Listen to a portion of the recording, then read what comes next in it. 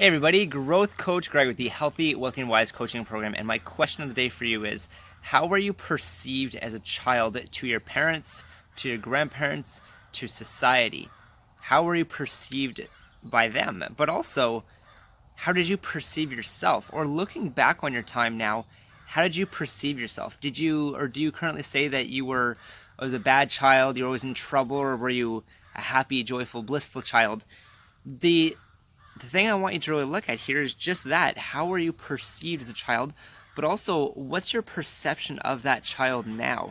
Are you allowing a healing to happen? Say you were given a title of being a bad kid or whatever, because you like to climb things and go over places and do things that would maybe tick your parents off or something.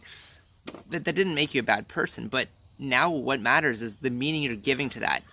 None of you is still there. None of your childhood still remains except for the meaning and the memories that you have. So the meaning you attach to those memories. Without that, you can be a completely different person. If you find that you're always an angry person now and you say that it's because you were angry as a child, is just a matter of meaning and perception, and the idea that because you were perceived that way or you perceived yourself that way, that's who you always will be. And that's not true. That is a fixed mindset. A growth mindset would say, how can I see this differently? How was I perceived then, and how can I perceive those events now? Because all they are just past events, things that happened, neutral events that happened. You were a bad child. You were a good child.